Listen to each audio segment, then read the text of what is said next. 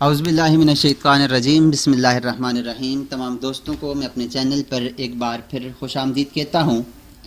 Dear friends, आज की इस क्लास में हम सीखेंगे लेवल कैलकुलेशन के बारे में कि हम लेवल कैलकुलेशन किस तरह से करते हैं लाइन ऑफ कॉलिमेशन मेथड की मदद से। और इसके अंदर हम सीखेंगे कि हम किसी सेंटर लाइन के ऊपर अगर काम कर रहे हैं तो हम किस तरह से करेंगे। एक हमारे पास प्रोफाइल होता है, सेंटर लाइन होती है जिसके हम सिर्फ सेंटर के ऊपर वैल्यूज़ पढ़ते हैं, सेंटर के ऊपर रीडिंग्स पढ़ते हैं। और एक हमारे पास क्रॉस सेक्शन होता है जिसकी हम सेंटर के साथ साथ लेफ़्ट साइड पर भी और राइट साइड पर भी पढ़ते हैं। आज की इस क्लास में हम सेंटर लाइन को सीखेंगे और सेंटर लाइन की कैलकुलेशन को सीखेंगे कि हम सेंटर लाइन के डेटा जब पढ़ेंगे तो उससे लाइन ऑफ कॉलिमेशन मेथड या HI मेथड के ज़रिए से किस तरह से सॉल्व करेंगे। अब इसमें सबसे पहले हमारे पास यहाँ पर स्टेशन है। स्टेशन में हम ABC भी लिख सकते हैं, 1 2 3 भी लिख सकते हैं। इसके अलावा अगर आप कुछ और लिखना चाहते हैं तो वो भी लिख सकते हैं। जैसे मैं पॉइंट 1 पॉइंट 2 ले लेता हूँ, पॉइंट 3 इस तरह से ले लेता हूँ। तो यहाँ पर पॉइंट 3 पॉइंट 4 लिखने से बेहतर है कि आप किसी भी दो पॉइंट्स को यहाँ से पकड़ें अपने एक्सेल के अंदर, और यहाँ पर राइट साइड पर एक नुक्ता है, इसके ऊपर आएंगे तो आपके जो प्लस का निशान है इसका सिंबल चेंज हो जाएगा। आप क्लिक करके जब नीचे की तरफ आप ड्रैग करेंगे तो ये क्या होगा, आपके पास सारा लिख देगा। उसके बाद रिड्यूस डिस्टेंस क्या है कि हम मुख्तलिफ जगहों पर डिस्टेंस लगा लेते हैं।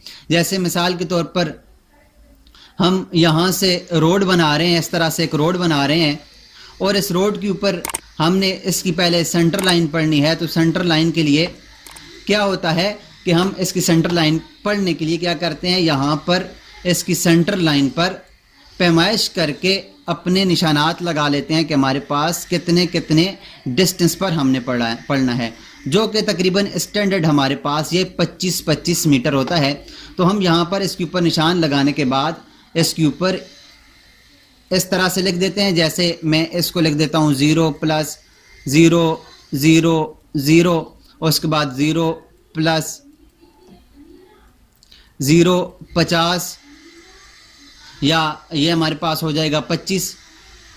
मैं इसको ख़त्म करता हूँ, ये 25 हो जाएगा, फिर ये 50 हो जाएगा, फिर ये 75 हो जाएगा, फिर ये 100 हो जाएगा,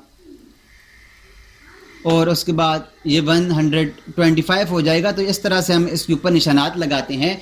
तो ये होती है हमारे पास आरडियाँ जो कि हम यहाँ पर लिखते हैं। जैसे मैं यहाँ पर लिखता हूँ 0 + 0 0 0, उसके बाद 0 + 0 25, उसके बाद हम 0 + 50 कर देंगे। तो क्या करते हैं, हम दोनों को पकड़ के यहाँ से इसको सिलेक्ट करने के बाद इसके राइट के ऊपर आकर यहाँ से इनको ड्रैग कर लेते हैं तो ये ऑटोमेटिक सबको उस तरह से लिख देगा। उसके बाद स्टूडेंट्स हमारे पास है बैक साइड।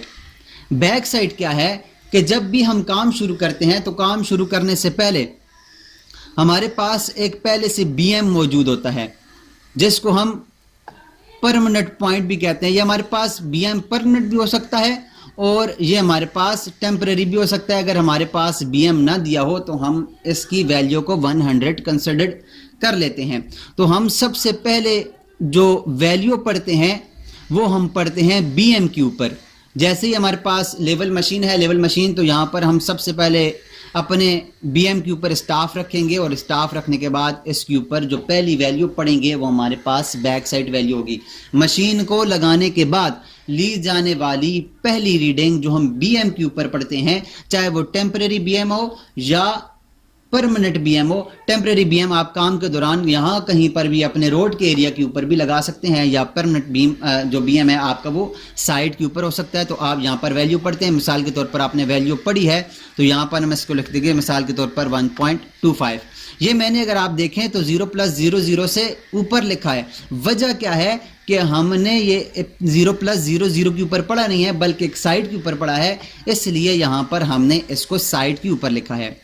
अब हम इसके बाद जितनी भी वैल्यूज़ पढ़ेंगे वो जितनी भी हम इसके ऊपर जगह जगह पर स्टाफ रखते जाएंगे मुख्तलिफ जगहों पर। स्टाफ रखते जाएंगे और स्टाफ रखने के बाद जितनी भी हम वैल्यू पढ़ेंगे वो सारी की सारी वैल्यू हमारे पास इंटर साइड में आएंगी। इंटर साइड में इसलिए कि हमारे पास बैक साइड और फोर साइड के बीच में जितनी भी वैल्यूज होती हैं वो सारी इंटर साइड होती हैं। मिसाल के तौर पर यहाँ पर हमने 0 + 0 0 पे पढ़ा तो हम इसको लिख देंगे, मिसाल के तौर पर 2.52 मैं इसको लिख देता हूँ। उसके बाद हमने 25 पे यहाँ पर पढ़ा तो इसकी वैल्यू हमारे पास 2.56 आ गई। उसके बाद हमने 50 के ऊपर पढ़ा तो हमारे पास आ गई 2.65 आ गई। उसके बाद हमने 75 के ऊपर पढ़ा तो ये हमारे पास आ गई 2.70 आ गई। उसके बाद हमने 100 के ऊपर पढ़ा तो वो हमारे पास आ गई 2.68 आ गई। तो इस तरह से हम वैल्यू पढ़ेंगे। अब हम जब 100 के ऊपर जाते हैं, 100 के बाद अगर स्टूडेंट्स आप देखें तो यहाँ पर आपको 100 के बाद अब आखिरी वैल्यू है, उसके बाद आप 125 के ऊपर एक वैल्यू पढ़ते हैं। 125 के ऊपर आप वैल्यू पढ़ते हैं तो मिसाल के तौर पर ये आ जाती है 2.98, ये आ जाती है। अब जब आप आगे इससे आगे जाते हैं 1.150 के ऊपर जाते हैं, आप यहाँ पर स्टाफ रखते हैं और स्टाफ रखने के बाद आप पढ़ते हैं तो आपको वैल्यू नज़र नहीं आती, या सामने कोई मोड़ आ गई है या सामने कोई और वजह आ गई तो आपको नज़र नहीं आती। तो आप क्या करते हैं, यहाँ से अपनी मशीन को शिफ्ट करते हैं। तो शिफ्ट करने से पहले ली जाने वाली आखिरी रीडिंग जो आपने 125 के ऊपर आखिरी रीडिंग ली थी, अब आपको 150 के ऊपर नज़र नहीं आ रहा तो आपने मशीन को चेंज करना है।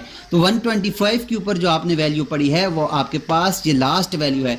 तो ये वाली वैल्यू आपने 4 साइड में लिखनी, 2.98। इसको यहाँ से ख़त्म कर देंगे। क्यों ख़त्म कर देंगे? क्योंकि हमारे पास मशीन को उठाने से पहले ली जाने वाली जो आखिरी रीडिंग होती है वो 4 साइड होती है। अब 4 साइड आपने ले ली, 4 साइड लेने के बाद 4 साइड हो गई। अब आपने मशीन को यहाँ से उठाया और मशीन को यहाँ कहीं इस अपने उस पॉइंट के नज़दीक ले आए जिस पॉइंट के नज़दीक आपने अब वैल्यूज पढ़नी है। अब आपने जो आखिरी वैल्यू यहाँ पर पढ़ी थी 2.98, तो दोबारा फिर मशीन को चेंज करने के बाद दोबारा फिर आपने स्टाफ को उसी पॉइंट के ऊपर रखना है जहाँ पर ये आपका टेम्परेरी बीएम अब बन गया। ये वाला जो आपने पढ़ा 4 साइड जब आपका टेम्परेरी बीएम बन जाएगा, जब हम इसका रिड्यूस लेवल निकालेंगे तो आपके पास ये टेम्परेरी बीएम हो जाएगा। ये टेम्परेरी दोबारा आपने अब टेम्परेरी बीएम के ऊपर रखना है। अपने स्टाफ को याद रखिएगा, एक बार फिर सुन लें कि आपने दोबारा फिर अपनी टेम्परेरी बीएम के ऊपर दोबारा से अपनी मशीन को चेंज करने के बाद दोबारा टेम्परेरी बीएम के ऊपर रखने के बाद फिर आपने यहाँ पर अपनी बैक साइड लेनी है। बैक साइड ले ली, मिसाल के तौर पर ये आपके पास आ गई 2 पॉइंट आ गई, मिसाल के तौर पर 95 आ गई या कुछ भी आ गई या 2.90 आ गई।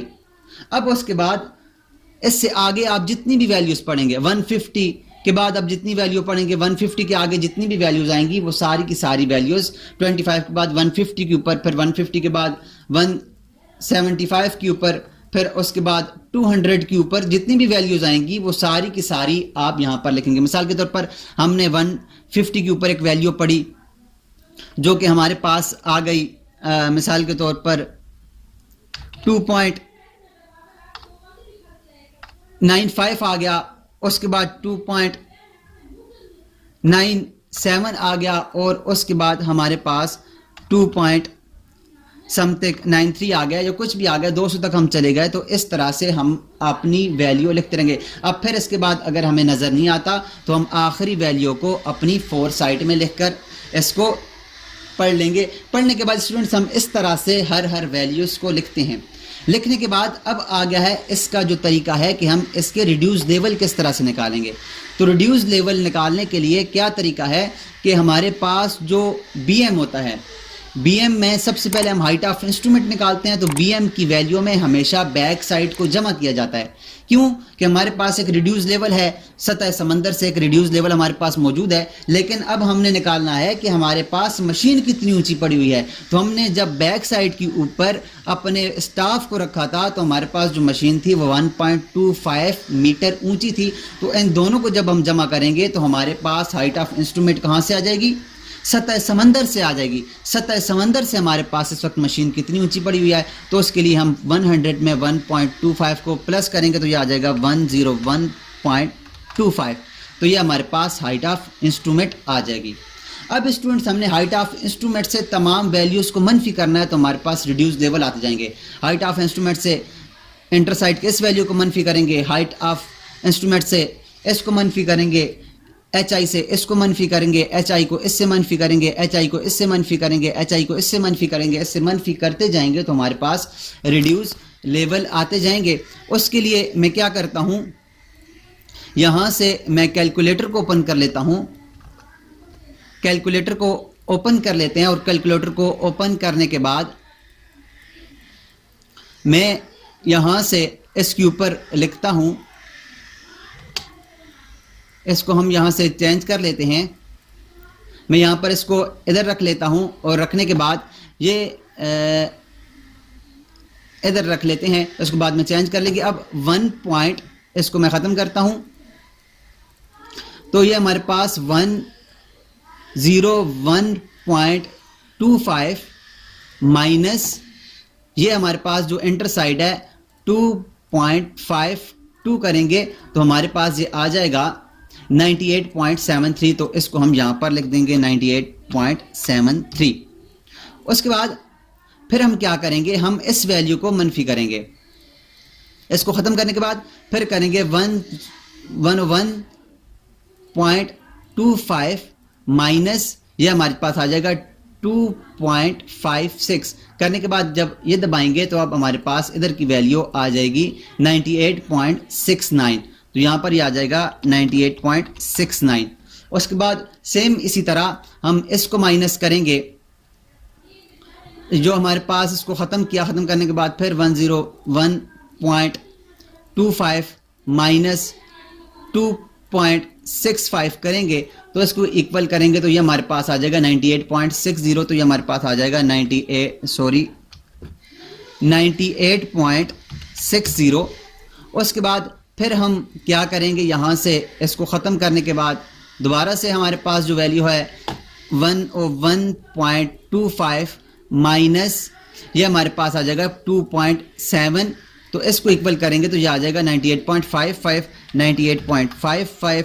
उसके बाद फिर हम क्या करेंगे, यहाँ से इसको ख़त्म करने के बाद फिर 101.25 माइनस 2.68 माइनस कर दें 2.68 को, तो ये हमारे पास आ जाएगा 98.57। तो यहाँ पर हम लिख देंगे 98.57।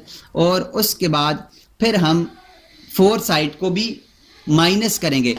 फिर माइनस करें तो हमारे पास आ जाएगा 101.25 माइनस 2.98 आ जाएगा। तो ये हमारे पास आ जाएगा 98.27। तो ये हमारे पास स्टूडेंट्स आ गया है TBM, टेम्परेरी BM है। ये हमारे पास टेम्परेरी BM आ गया। अब हमने क्या करना है, इसमें हमारे पास जो बैक साइड है इसको जमा करेंगे। टेम्परेरी BM है, जैसे हमारे पास ये BM था तो इसमें हमने बैक साइड को जमा किया था तो हाइट ऑफ इंस्ट्रूमेंट आई थी। तो इसी तरह से हम अब टेम्परेरी BM के अंदर बैक साइड को जमा करेंगे।